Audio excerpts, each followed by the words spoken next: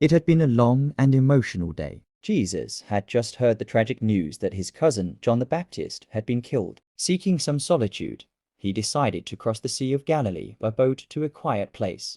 But word quickly spread that Jesus was nearby, and crowds flocked to him from nearby towns. They were desperate to hear him teach and witness his miracles. As Jesus stepped ashore, he saw thousands of men, women, and children waiting for him. Despite his own need for rest, Jesus was deeply moved with compassion.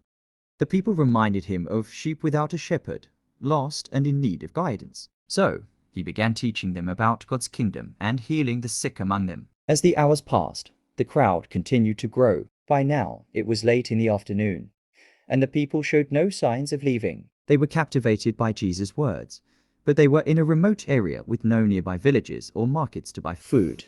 The disciples, noticing the time, approached Jesus with a practical concern. "This is a desolate place, and the hour is now late. Send the people away to go into the surrounding villages." But Jesus surprised them with his reply, "You give them something to eat."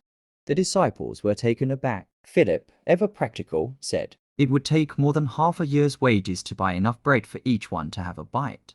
At this point, Andrew, Peter's brother, stepped forward. He had found a young boy in the crowd who had a small lunch, 5 barley loaves and 2 small fish. Andrew brought the boy to Jesus, but added doubtfully, "But how far will they go among so many?" Jesus did not seem concerned. Instead, he told the disciples to have the people sit down in groups on the grassy hillside. From his perspective, this wasn't a logistical problem. It was an opportunity to show God's power and provision. Jesus took the 5 loaves and 2 fish from the boy. Holding the food in his hands, he looked up to heaven and gave thanks. Then, he began breaking the bread and fish into pieces. He handed the pieces to his disciples, who in turn distributed them to the crowd. As the disciples handed out the food, something miraculous happened.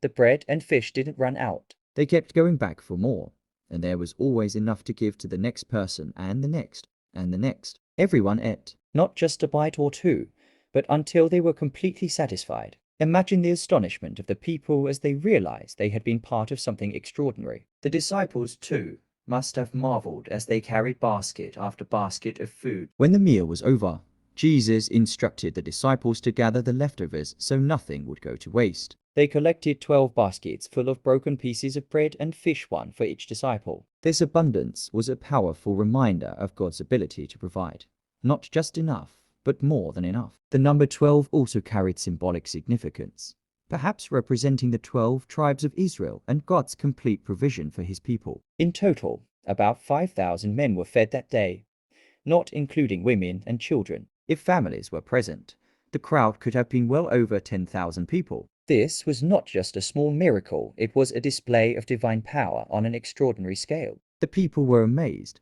and many began to wonder if Jesus might be the long-awaited Messiah. In John's Gospel, they even tried to make him king by force, but Jesus withdrew to the mountains to pray. If you like this, please subscribe for more videos.